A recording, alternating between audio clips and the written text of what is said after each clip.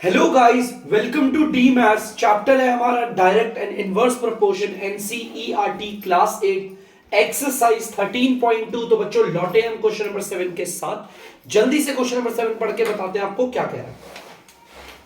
A batch of bottles were packed in 25 boxes. मतलब एक batch है, मतलब बहुत सारी ना बोतलें हमारे पास, बहुत सारी बोतलें हैं जिनको हम पैक कर रहे हैं 25 डब्बों के अंदर with 12 bottle in each box. मतलब हमारे पास डब्बे कितने हैं बच्चों? देखो, सबसे पहले तो आपको फुल स्टॉप तक पूरा पढ़ना है, ठीक है? फुल स्टॉप तक पढ़ना है, पहले इसका मतलब समझो। हमारे पास ना 25 डब्बे हैं, एक डब्बा, दो डब्बा, 3, 4, 5, 6, 7, 8 ऐसे करके हमारे पास 25 बॉक्सेस हैं। और मैं 25 बॉक्सेस में क्या कर रहा हूं? बोतलें भर रहा हूं। और हर एक बॉक्स में, हर एक डब्बे में 12 बोतलें भरनी है। हर एक डब्बे में कितनी भरनी है? 12 बोतलें। मैंने आपको बोला था पहले तो आप पूरा सेंटेंस पढ़ेंगे फुल स्टॉप तक, है ना? उसके बाद जो भी आपके वो दिखते नंबर्स आप उसे सर्कल कर लीजिए। जैसे 25 हो गया और हो गया 12। नाउ गाइस, आप लोगों को पता होगा आपको टेबल बनाना पड़ेगा। सॉल्यूशन स्टार्ट करते हैं इसका। सॉल्यूशन के लिए जल्दी से इसका टेबल बना लेते हैं बच्चों। ये देखिए, टेबल बना दिया।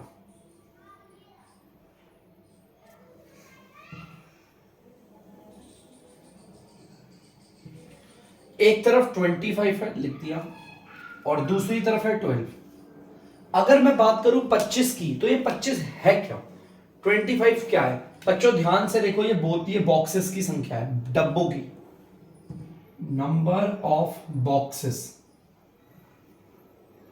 ये हमारे डब्बों की संख्या है।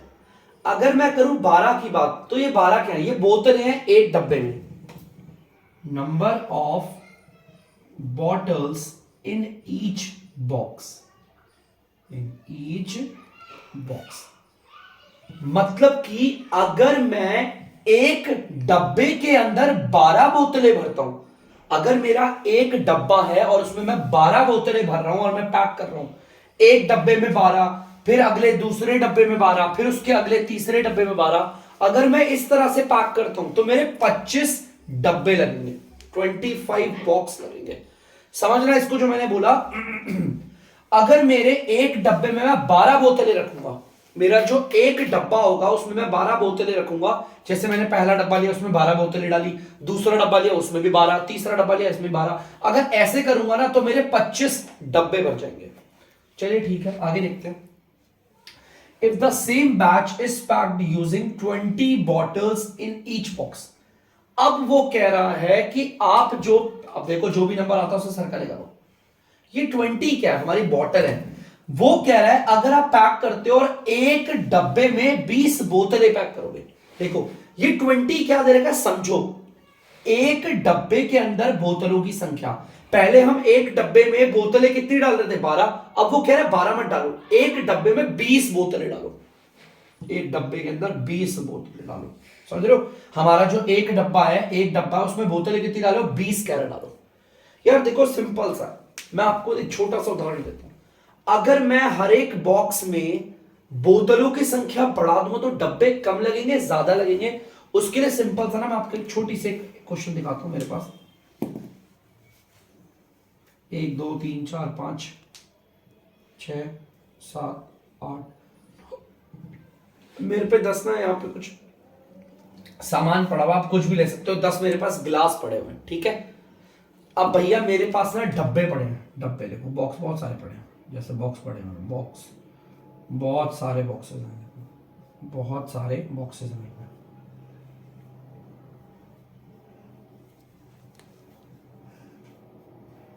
ऐसे बहुत सारे बॉक्सेस ले लेता हूं। चलो, मैं बोल रहा हूं मेरे पास टोटल 10 गिलास है। आप देख सकते हो, काउंट कर सकते हो, ये 10 गिलास है। और यहां पर मेरे पास बहुत सारे बॉक्सेस हैं। अगर मैं एक बॉक्स के अंदर, अगर मैं, ध्यान सुनना, अगर मैं एक बॉक्स के अंदर 2 गिलास डालूं, ये 2 हो गए, फिर ये 2 गिलास भी हो गए, फिर ये 2 गिलास भी हो गए, फिर ये 2 गिलास भी हो गए, फिर अगर मैं हर एक डब्बे के अंदर 2 गिलास, देखो ध्यान सुनना, सेम यही वाला टेबल है हमारा बना हुआ, ठीक है? अगर मैं हर एक डब्बे के अंदर कितनी गिलास डालूंगा, 2 गिलास डालूंगा, तो मेरे कितने डब्बे लग रहे हैं बच्चों, 1 2 3 4 5, सिर्फ 5 ही डब्बे लग रहे हैं, 5 डब्बे लग रहे हैं, पैकिंग हो गई। चलो ठीक है, अब जरा एक काम करते हैं, दोबारा करते हैं इस बार। तो हर एक डब्बों में ना बच्चों, देखो मैंने क्या बोला था, डब्बे में, एक डब्बे में जो बोतलें पैक हो रही है ना उसको बढ़ा दो। अभी मैं सिर्फ 2 ही बोतलें पैक कर रहा हूं ना, अब एक काम करता हूं, एक डब्बे में 5 बोतलें पैक करता हूं। एक डब्बे के अंदर कितनी बोतलें डालता हूं, 5। चलो दोबारा करते हैं, देखते हैं कितने डब्बे लगते हैं। ये देखो, ये 5 बोतल है, इसमें आ गई 1 बोतल, 2 बोतल, 3 बोतल, 4 बोतल, 5 आ गए 5। अब ये बाकी की 5 बोतल इसमें डालता हूँ, 1 बोतल, 2 बोतल, 3 बोतल, 4 बोतल, 5 बोतल। बताओ, अगर मैं एक डब्बे के अंदर 5 बोतलें डालूंगा, देखो 5 बोतलें इस डब्बे में, 5 बोतलें इस डब्बे में, तो कितने डब्बे लगे, 2। मतलब कि बच्चों समझ रहे हो, अगर मैं एक डब्बे के अंदर बोतलों की संख्या को बढ़ाऊंगा तो मेरे डब्बे क्या लगेंगे, कम। जो एक डब्बा है उसके अंदर अगर बोतलें 2 रखूंगा तो डब्बे लगेंगे 5, और अगर एक डब्बे के अंदर बोतलें 5 डाल दूंगा तो डब्बे सिर्फ 2 लगेंगे। मतलब जहां पर मेरी बोतलों की संख्या बढ़ेगी, मेरे हर एक बोतल के अंदर जो, मेरी हर एक डब्बे के अंदर जो बोतलें आ रही हैं, अगर वो बढ़ेगी तो डब्बे क्या हो जाएंगे, कम। ठीक है, उस हिसाब से ये x1 है, मैंने इसे x2 ले लिया, ये y1 और ये y2 लिया। मैंने समझ लिया, ऐसे एग्जांपल्स के जरिए लिया है, मैंने इतना समझ लिया कि ये डायरेक्ट नहीं है, इनवर्स प्रोपोर्शन। एक बार वीडियो को पीछे प्लेबैक करके फिर दोबारा से एक बार फिर से देख लेना बच्चों। इतना याद रखना कि अगर मैं एक डब्बे के अंदर जो बोतलें आ रही है उससे बढ़ाऊंगा तो आपको पता होना चाहिए कि डब्बे मेरे कम लगेंगे फिर। ठीक है, तो ये हमारा इनवर्स प्रोपोर्शन है। तो आपको लाइन तो जैसे पता ही होगा, आप पहले पूरी की पूरी लाइन उतारोगे, number of boxes is in inverse proportion to, उसके बाद फिर दोबारा ये लाइन उतार दोगे आप। ठीक है, आप यहां पे लिखोगे नंबर ऑफ बॉक्सेस, मतलब कि ये is in inverse proportion to, यही number of bottle in each box. ठीक है, अब आपको पता है अगर ये इनवर्स प्रोपोर्शन में है तो x1 multiply by y1 is equal to x2 multiply by y2, है ना, क्योंकि इनवर्स प्रोपोर्शन में इस तरह से मल्टीप्लाई करते हैं और डायरेक्ट प्रोपोर्शन में अपॉन में लगते हैं। वैल्यूज बिठाते हैं, x1 आपका 25 है, y1 आपका 12 है, x2 आपका पता देख सकते हो बच्चों, x2 नहीं पता तो x2 की जगह x2, और y2 कितना हो गया आपका 20। यहां पर 20 हो रहा है मल्टीप्लाई, उधर जाकर हो जाएगा डिवाइड, और डिवाइड का मतलब होता है बच्चों आ जाएगा नीचे, देख सकता हूं। चलिए इसे काटते हैं, देखते हैं किसके टेबल से कटता है। देखो ये दोनों 4 के टेबल से कट रहे हैं, ये 3 बारी में और ये 5 बारी में, है ना। अगर आप लोग ध्यान से देखोगे तो ये आप 5 के टेबल से कट रहे हैं, ये 1 बारी पे और ये 5 बारी में। नीचे 1 की कोई वैल्यू नहीं होती, ऊपर वालों को अगर मल्टीप्लाई करोगे 5 3 मल्टीप्लाई हो रहा है 15 आएगा आपका x2। इसका मतलब हमें बच्चों पता चल गया, अगर मैं अपने एक डब्बे के अंदर 20 बोतलें रखूंगा तो मेरी 15 डब्बे लगेंगे सारी बोतलों को पैक करने में, 15 डब्बे लगेंगे। देखो जैसे ही आपने एक बोतल एक डब्बे के अंदर बोतलों की संख्या को बढ़ाया तो मेरे टोटल डब्बे कम हो गए। ठीक है, तो प्लीज बच्चों इसे नोट डाउन कर लीजिए। तो बच्चों आप लोग देख सकते हैं क्वेश्चन नंबर 8 बड़ा ही अच्छा क्वेश्चन है, देखो ध्यान से। अ फैक्ट्री रिक्वायर, एक ना फैक्ट्री है, requires 42 machines to produce a given number of articles in 63 days। पहले तो मैंने पूरा का पूरा क्वेश्चन जो है वो फुल स्टॉप तक पढ़ दिया आपके सामने। अब मैं जरा ना एक बार इस क्वेश्चन को जरा समझाता हूं, ये क्या कह रहा है। वो कह रहा है एक फैक्ट्री को ना 42 मशीन की जरूरत चाहिए होती है, 42 मशीन चाहिए होती है कंपनी को, एक फैक्ट्री को ताकि वो क्या बनाए, आर्टिकल। आर्टिकल का मतलब कुछ भी सामान मान सकते हो, कुछ भी। मैं काम करता हूं, मैं आर्टिकल्स की जगह पर यहां पर ले लेता हूं चेयर्स, कुछ भी ले सकते हो आप। मतलब कि एक ना हमारी फैक्ट्री है और उसे ना 42 मशीन की जरूरत है, रिक्वायरमेंट है 42 मशीन की, ताकि वो चेयर्स को बना ले, बहुत सारी चेयर्स को बना ले, और कितने दिनों में, 63 डेज के अंदर। मतलब ये चीज आप ध्यान से सुनना, एक फैक्ट्री कितनी मशीन चाहिए उसे, 42 मशीन की जरूरत पड़ती है अगर वो बहुत सारी चेयर्स को बनाते हैं। और कितना टाइम लगता है उनको, 63 डेज। मतलब कि 63 डेज के अंदर अंदर वो इतनी मशीन यूज कर रहे हैं, तब जाकर चेयर बन रही है।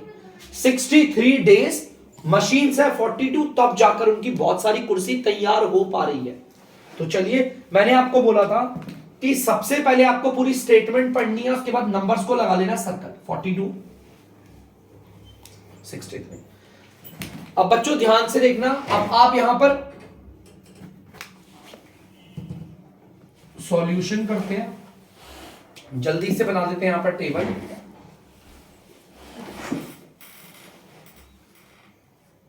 देखिए बच्चों, टेबल बना दिया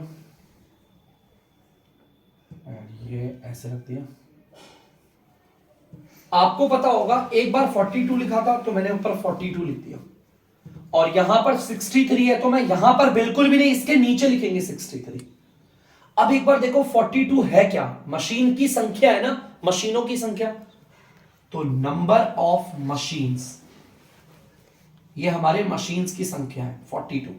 और 63 क्या है भाई, हमारा समय है। देखो 63 दिन है ना, number of days to produce, सामान बनाने के लिए जो टाइम लग रहा है। मतलब कि अगर मैं 42 मशीनों का इस्तेमाल करता हूं, 42 मशीन का अगर मैं इस्तेमाल करूंगा तो मेरा सामान 63 डेज के अंदर बन जाएगा। ठीक है, इतना समझ में आ गया। ठीक है, अब देखो बच्चों आगे देखते हैं। How many machines would be required to produce the same number of 54 आ गया। देखो मैंने बोला था जो भी नंबर आएगा सर्कल कर लूंगा। अब दिक्कत है इस 54 को इस बॉक्स में रखे कहां। देखो ध्यान से, 54 डेज, मतलब यार डेज तो नीचे आएगा ना। ध्यान से सुनो बच्चों, पहले मेरे 63 डेज लग रहे थे, तब मुझे कितनी मशीनें चाहिए थी, 42 मशीन चाहिए थी। अब मैं दिन और भी कम कर रहा हूं। देखो यहां पर जो मेरे दिन है ना, मेरा जो सामान को बनाने में, आर्टिकल कह लो, चेयर कह लो, जो इन सबको बनाने में टाइम लग रहा था वो 63 था, लेकिन अब मैं टाइम को और भी कम कर रहा हूं, 54 कर रहा हूं। तो क्या मशीन्स मेरी कम हो जाएगी, लेकिन या मुझे और ज्यादा मशीन चाहिए होगी। सोचो यार, 63 डेज में अगर काम करना होता था ना तो हमें 42 मशीन की जरूरत पड़ती थी, तब जाकर हो पाता था इतनी देर में। अब तो टाइम और भी कम कर दिया, 54 दिन के अंदर करके देने काम, तो मशीन ज्यादा लगेंगी या कम हो जाएंगी, ऑब्वियसली ज्यादा। जैसे ही मैंने यहां पर देखो, जो मेरा टाइम था मैंने टाइम को कम किया, तो मशीन तो ज्यादा लगेंगी भाई, है ना। ऐसा थोड़ी है कि मैं बोलूंगा अरे 54 दिन के अंदर अंदर करना है तो मेरे को मशीन और कम दे दो, 2 दिन के अंदर करना है तो मुझे सिर्फ 2 मशीन दे दो, ऐसा तो नहीं हो सकता ना। तो यहां पर ये है x1, ये है x2, ये है y1 और ये है y2। हमें पता चल गया ये दोनों के दोनों इनवर्स प्रोपोर्शन में है। ठीक है, जो हमारा सामान बनाने में टाइम लग रहा है और जो हमारी मशीनों की संख्या है, ये दोनों आपस में इनवर्स है। अगर दिनों को मैं कम कर दूंगा तो मशीन मेरी बढ़ानी पड़ेगी। ठीक है, तो ये चीज आपको लिखना है, number of machine is in inverse proportion to, उसके बाद आपको पता है यहां पर क्या आएगा, नंबर ऑफ मशीन्स, और is in inverse proportion to number of days to produce. ठीक है, ये वाली पूरी लाइन आएगी इधर और ये वाली पूरी लाइन आएगी बच्चों इधर। चलिए, अगर ये दोनों इनवर्स प्रोपोर्शन में है तो आपको पता होगा x1 into y1 is equal to x2 into y2। Values को पुट करना है, मैं देख सकते हो अब बोर्ड वहां पे टेबल पे से मैं वैल्यूज को पुट कर रहा हूं, जो नहीं पता उसे मैंने एज इट इज मान लिया x2। आपको पता है ये 54 इधर मल्टीप्लाई हो रहा है, उधर जाकर क्या होगा, डिवाइड,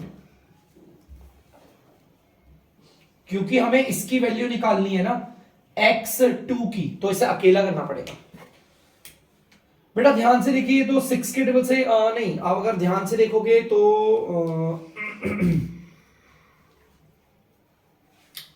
अगर मैं काट दूं ना बच्चों, इससे काट देता हूं, 6 के टेबल से कट तो रहा है, देखो वैसे 9 के टेबल से भी कट, बहुतों के टेबल से कट रहा है, कंफ्यूज मत होना। देखो ध्यान से, 6 7 जा 42, 6 9 जा 54। ठीक है, डोंट गेट कंफ्यूज्ड। अब आप इन दोनों को काट लो, काटो जैसे मर्जी भी, आंसर वही आता है।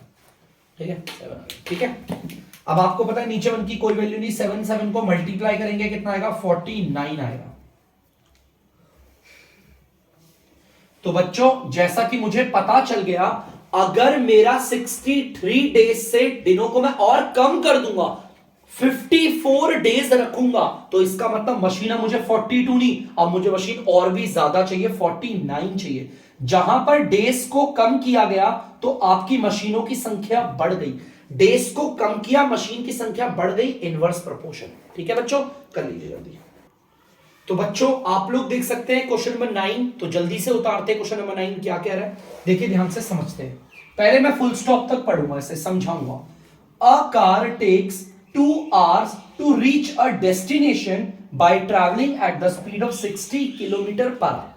यहां पर कह रहे हैं बच्चों कि एक ना गाड़ी है जो कि 2 घंटे का समय लेती है। ठीक है, एक गाड़ी 2 घंटे का समय लेती है जहां पर उसे जाना है। डेस्टिनेशन का मतलब होता है हमारी मंजिल, अपनी मंजिल पे पहुंचने के लिए, और कब, जब वो 60 किलोमीटर पर आवर की स्पीड पे चल रही है। मतलब कि एक गाड़ी है जो अपनी मंजिल में पहुंचने के लिए इस स्पीड का इस्तेमाल कर रही है 60 किलोमीटर पर आवर, और उसको टाइम लग रहा है 2 घंटा। मैंने पढ़ लिया, चलो कोई बात नहीं। अब आपको मैंने बताया था नंबर्स को आप सर्कल कर लीजिए, चाहो तो इसके साथ कर लो या बिना उसके कर लो, कोई दिक्कत नहीं। ठीक है, तो ध्यान से देखते बच्चों, मैं अब टेबल बनाता हूं।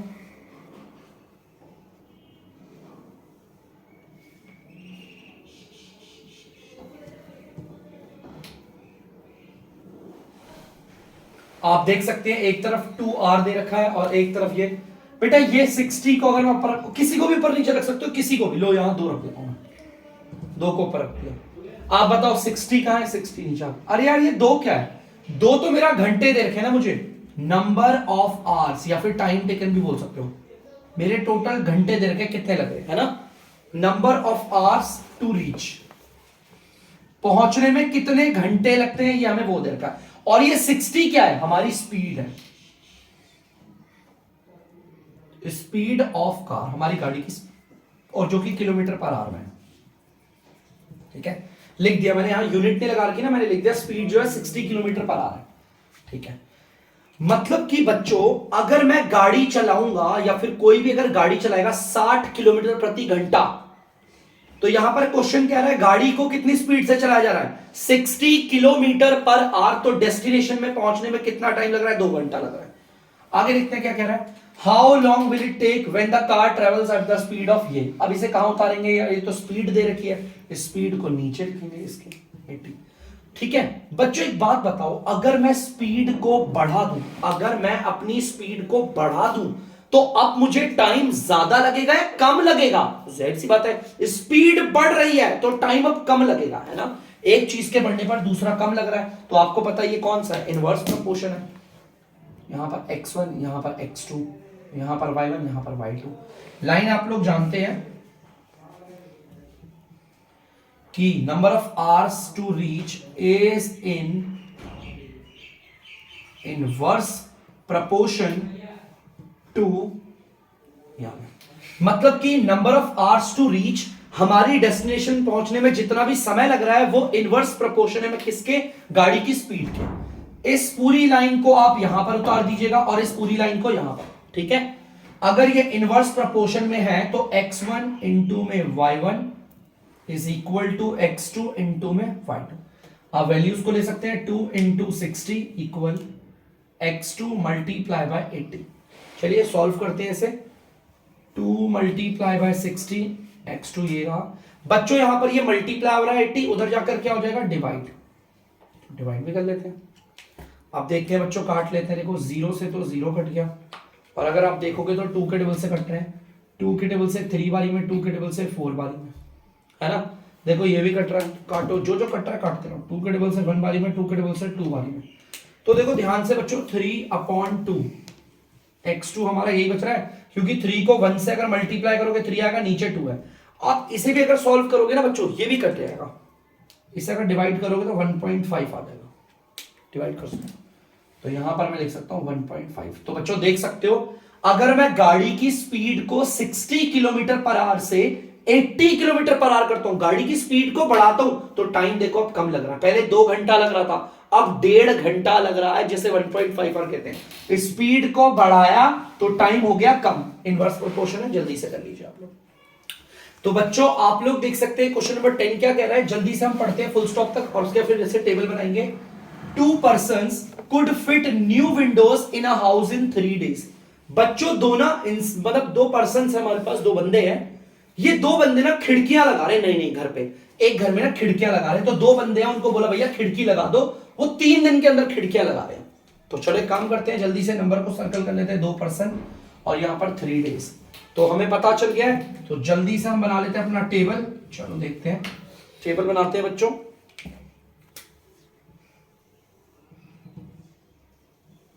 लीजिए टेबल बना दिया। एक तरफ मेरे दो क्या है हमारे पर्सन्स, नंबर ऑफ पर्सन्स,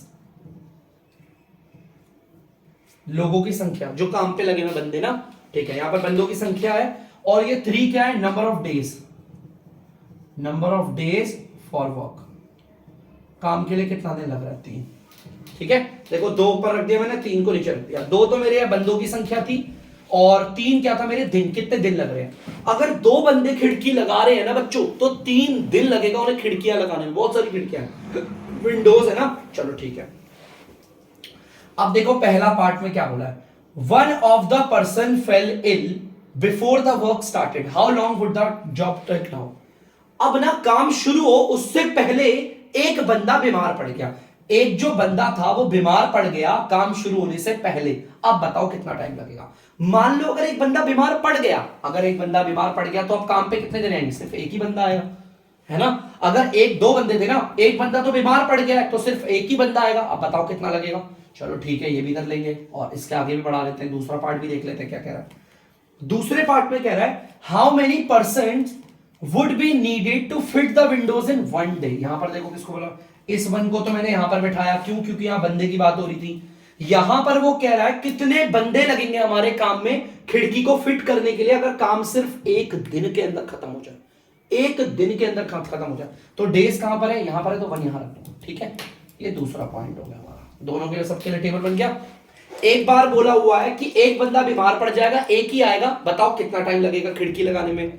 तो दूसरे पार्ट में कह रहा है 1 दिन के अंदर खिड़की लगानी है, बताओ बंदे कितने लगेंगे। चलो ठीक है, कहीं पर हमें बताना है डे कितने लग रहे हैं, कहीं पर बंदे कितने लग रहे हैं। आपको पता है ये इनवर्स प्रपोर्शन है। अगर मैं, ध्यान से सुनो, देखो अगर मैं काम करने वाले बंदों की संख्या को बढ़ा दूंगा या फिर अगर मैं काम करने वाले बंदों की संख्या को कम कर दूंगा तो टाइम तो और ज्यादा लगेगा, है ना। यहां पर काम करने वाले पहले बंदे कितने थे, 2 थे, अब सिर्फ 1 है। काम करने वाले बंदे अगर कम हो गए तो टाइम अब और ज्यादा लगेगा, लगेगा ना। तो ये इनवर्स प्रपोर्शन है। तो ये x1, ये x2, ये x3, ये y1, ये y2 और ये y3। जैसा कि आपको पता है, मैं लिख नहीं रहा बच्चों से, number of person is in inverse proportion to, ये वाली लाइन आएगी number of days for work. ठीक है, इस वाली लाइन को उतारेंगे इधर और इस वाली लाइन को उतारेंगे इधर। अब अगर ये इनवर्स प्रपोर्शन में आ तो आपको पता है x1 इंटू में y1 बराबर होगा आपके x2 इंटू में y2 के। वैल्यूज बिठाते हैं, 2 into 3 equal to x2 into x2 तो बच्चों पता है हमें, x2 हमारा 1 इंटू में y2। बच्चों 1 तो किसी से भी मल्टीप्लाई हो जाए सेम आ जाता है। देखो सेम आने का मतलब क्या है बताता हूं, 1 को अगर y2 से करोगे तो y2 ही आ जाएगा मल्टीप्लाई होकर। ठीक है, 2 3 से मल्टीप्लाई करोगे क्या आएगा, 6 आएगा। तो मतलब पता चल गया, जब 2 बंदे आ रहे थे खिड़कियां लगाने के लिए तो 3 दिन लग रहे थे, अब सिर्फ 1 बंदा आएगा तो 6 दिन लगेंगे। पहले सवाल का जवाब हो गया। अब दूसरे सवाल का जवाब भी देते हैं। जैसा कि आपको पता है इनवर्स प्रोपोर्शन है, तो x1 इंटू में y1 जो है वो इन दो के भी बराबर होगा, x3 इंटू में y3 के भी बराबर है। वैल्यूज को बिठाते हैं, 2 into 3 is equal to x3 नहीं पता और यहां पर 1 ले लिया। ठीक है, आपको पता है x3 अगर 1 से मल्टीप्लाई होगा सेम आएगा x3 और 2 3 जा 6, मतलब यहां पर आ गया 6। मतलब कि अगर आपको काम 1 दिन के अंदर खत्म चाहिए, 1 दिन के अंदर सारी खिड़कियां लगी हुई चाहिए, तो 6 बंदे काम पे लगाने पड़ेंगे। समझे। तो इस तरीके से हमने क्वेश्चन को किया। इनवर्स है यार, अगर जाहिर सी बात है मैं काम करने वाले बंदों की संख्या को बढ़ा दूंगा तो टाइम अब कम लगेगा, है ना। आप देख सकते हो मैंने काम करने वाले बंदों की संख्या को बढ़ाया तो टाइम कम हो गया, और अगर काम करने वाले बंदों की संख्या को कम कर दूंगा तो टाइम अब और ज्यादा लगेगा। ये इनवर्स प्रोपोर्शन था। कर लीजिए बच्चों जल्दी से। तो बच्चों आप लोग देख सकते हैं क्वेश्चन नंबर 11, और जल्दी से पढ़ते हैं क्वेश्चन नंबर 11 क्या कह रहा है। A school has 8 periods a day, each of 45 minutes duration. बच्चों यहां पर कह रहा है कि ना एक स्कूल है जिसमें टोटल 8 पीरियड है और एक पीरियड है 45 मिनट्स का। ठीक है बच्चों, वही सर्कल करेंगे, 8 हमारे पीरियड्स की संख्या और 45 मतलब एक पीरियड का टाइम। तो जल्दी से बच्चों बनाते हैं हम अपना टेबल।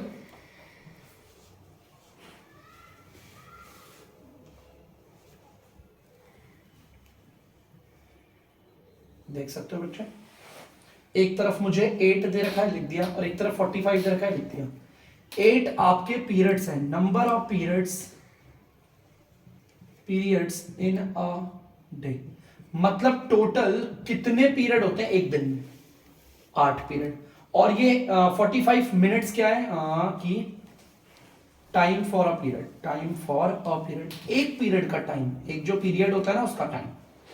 बच्चों अगर स्कूल के अंदर 8 पीरियड हैं तो एक पीरियड में लगने वाला टाइम है 45 मिनट्स। ये हमें टाइम जो दे रखा है मिनट में दे रखा है, ठीक है। एक स्कूल में, मतलब स्कूल में टोटल पीरियड कितने लग रहे हैं 8, और एक पीरियड का टाइम कितना 45 मिनट्स का, ठीक है।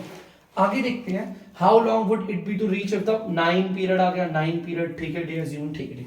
ये 9 हमारे पीरियड ऐसे तो ऊपर लिखेंगे, हमें ये निकालना है।